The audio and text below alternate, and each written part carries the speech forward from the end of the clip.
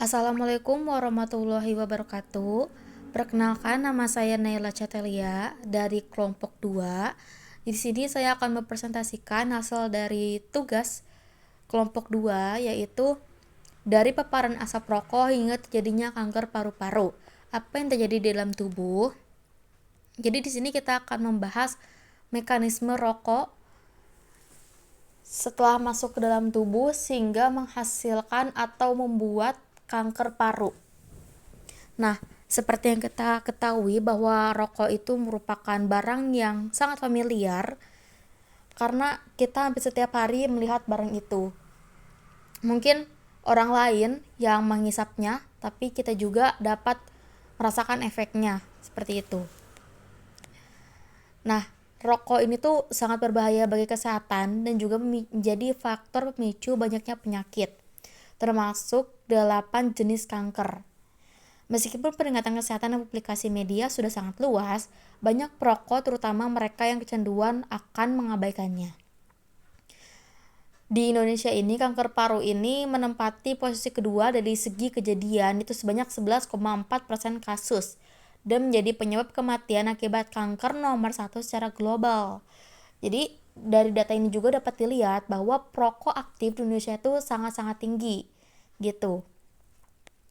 Nah, lalu di sini juga ada data pada tahun 2020 terdapat 396,914 kasus kanker dengan 34,783, yaitu sebesar 8,8% adalah kanker paru-paru.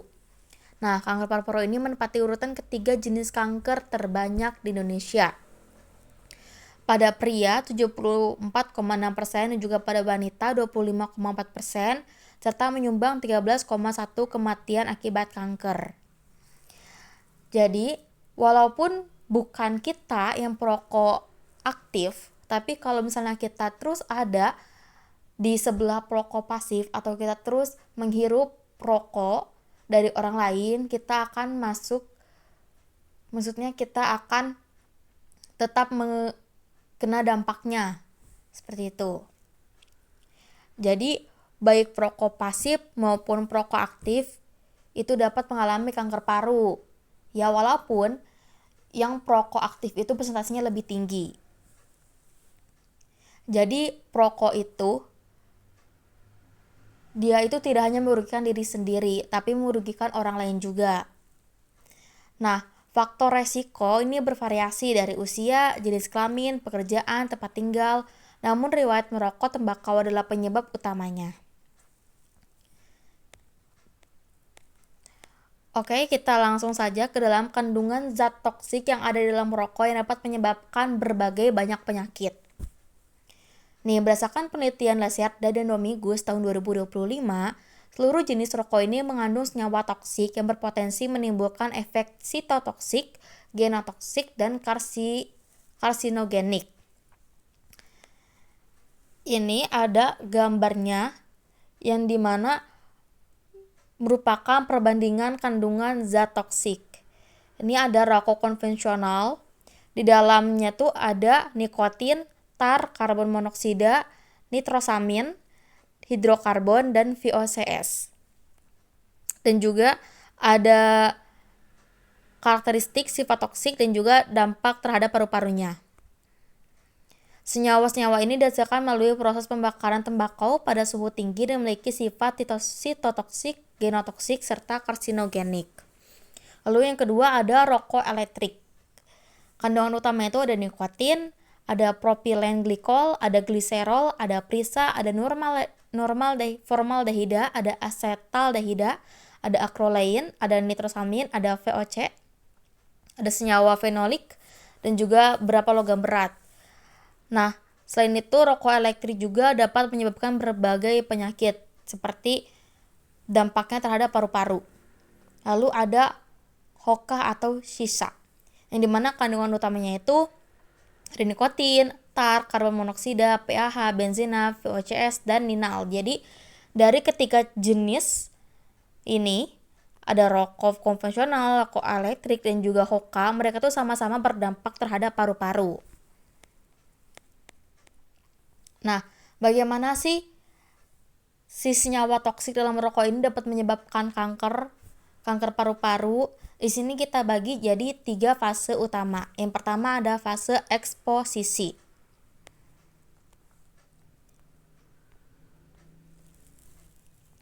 Jadi, setiap kali seorang menghirup asap rokok, lebih dari 7.000 senyawa kimia ikut masuk ke dalam tubuh. Nah, asap rokok ini mengandung ribuan senyawa kimia ya, seperti saya sebutkan tadi ada 7.000, saking banyak sekali ya 7.000 itu. Paparan terjadi ketika asap rokok dihirup melalui saluran pernapasan. Lalu asap rokok ini masuk melalui rongga mulut atau hidung melalui epiglotis, kemudian bergerak melalui trakea, bronkus, bronkiolus hingga mencapai alveolus paru-paru. Lalu setelah itu, karena ukuran partikel asap rokok yang sangat kecil, itu memungkinkan berbagai senyawa kimia mencapai bagian terdalam paru-paru dan berinteraksi langsung dengan jaringan paru. Setelah itu, paparan asap rokok yang secara terus-menerus itu dapat merusak silia, yang dimana silia ini berfungsi untuk membersihkan saluran pernapasan dari partikel asing dan mikroorganisme. Sehingga kerusakan silia ini menyebabkan partikel dan zat yang berbahaya lebih mudah mengendap pada jaringan paru. Lalu masuk ke fase toksikinetik.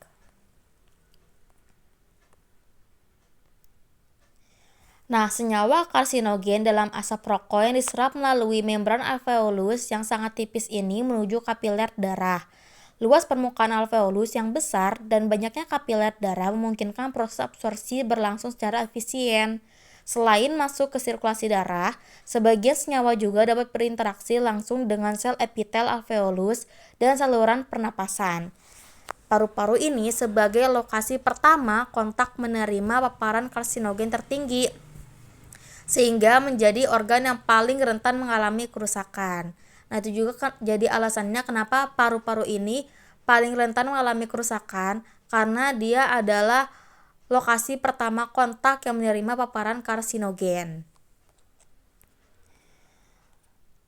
Setelah diabsorpsi, senyawa dalam asap rokok didistribusi melalui sistem peredaran darah ke berbagai jaringan dan organ tubuh. Nah, distribusi ini dipengaruhi oleh sifat fisikokimia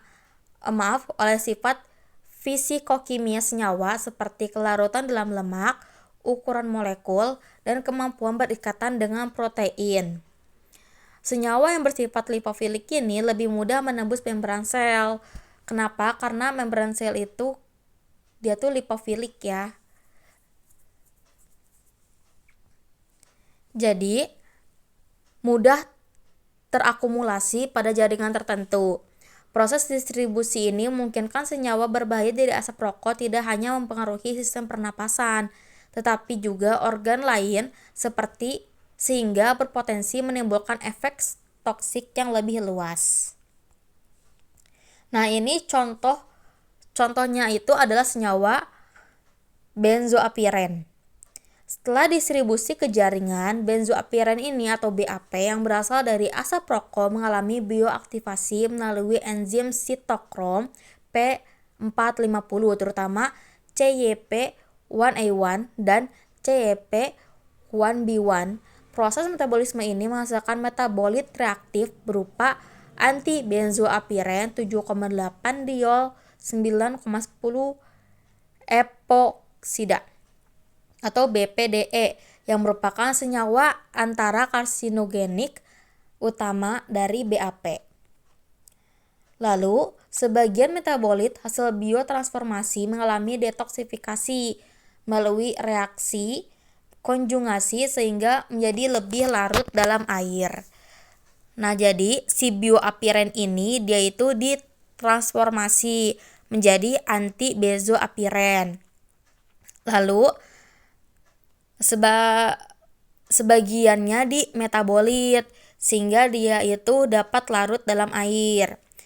Metabolit tersebut diekskresikan terutama melalui ginjal bersama urin dan sebagian melalui empedu yang dikeluarkan bersama feses.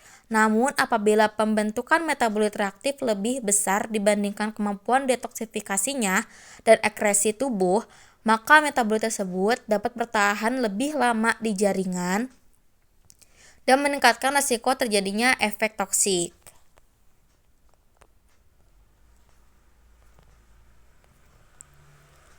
Lalu ketiga, masuk ke fase toksodinamis. Pada fase toksodinamik, metabolit reaktif benzoapiren berupa antibenzoapiren berinteraksi langsung dengan komponen seluler. BPDE merupakan senyawa elektrofilik yang sangat reaktif sehingga dapat berikatan secara kovalen dengan DNA dan membentuk DNA adduct. Pembentukan DNA adduct ini mengganggu proses replikasi dan transkripsi DNA, serta dapat menyebabkan mutasi permanen apabila kerusakan tersebut tidak berhasil diperbaiki oleh mekanisme perbaikan sel. Lalu, selain pembentukan DNA adduct, paparan asap rokok juga meningkatkan produksi reaktif oksigen species atau ROS. Produksi ROS ini yang berlebihan menyebabkan stres oksidatif yang dapat merusak DNA, protein, dan lipid membran sel. Kerusakan biomolekul ini meningkatkan ketidakstabilan genom dan memperbesar peluang terjadinya mutasi genetik. Di sisi lain, berbagai komponen asap rokok seperti tar, hidrokarbon, aromatik poliksilik, logam berat, serta karbon monoksida dapat memicu pelepasan mediator inflamasi yang menyebabkan peradangan kronis pada jaringan paru. Inflamasi yang berlangsung terus-menerus ini berpengaruh atau memperparah kerusakan jaringan dan menciptakan lingkungan yang mendukung proliferasi sel abnormal, sehingga mutasi yang terakumulasi dapat mengaktifkan cadangan seperti KRAS dan EFGR serta menonaktifkan gen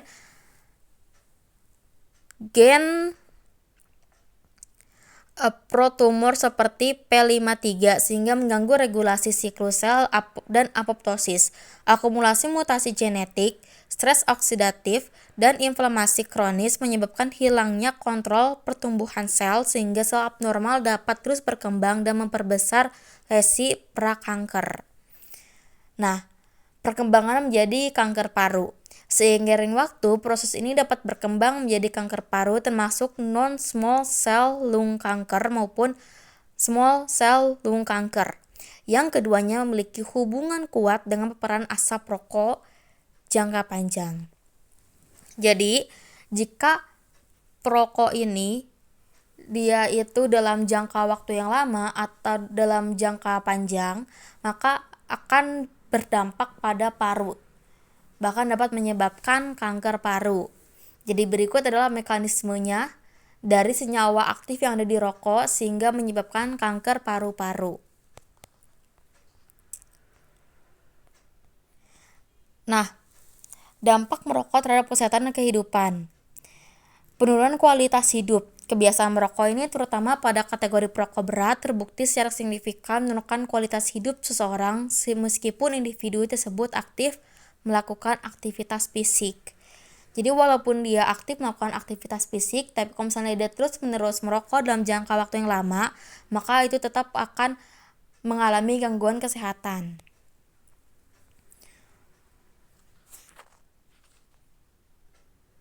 Upaya pencegahan dan pengendalian konsumsi rokok. Salah satu upaya pencegahannya itu adalah dengan menaikkan tarif pajak dan harga jual rokok. Selain itu ada larangan total iklan, promosi, dan sponsor. Lalu ada optimalisasi kawasan tanpa rokok di sekolah, ada pengawasan aktif dan peran orang tua. Lalu ada pencantuman peringatan kesehatan bergambar, dan juga sampai penyediaan layanan berhenti merokok atau disingkat LBM. Jadi kesimpulannya itu merokok itu merupakan faktor risiko utama yang berperan dalam terjadinya kanker paru melalui serangkaian proses biologis yang kompleks. Paparan asap rokok ini menyebabkan masuknya berbagai zat toksik dan karsinogen ke dalam saluran pernapasan hingga mencapai alveolus paru. Oke, mungkin segitu saja dari saya. Mohon maaf apabila ada kata-kata yang tidak jelas. Wabillahi taufiq wal hidayah. Wassalamualaikum warahmatullahi wabarakatuh.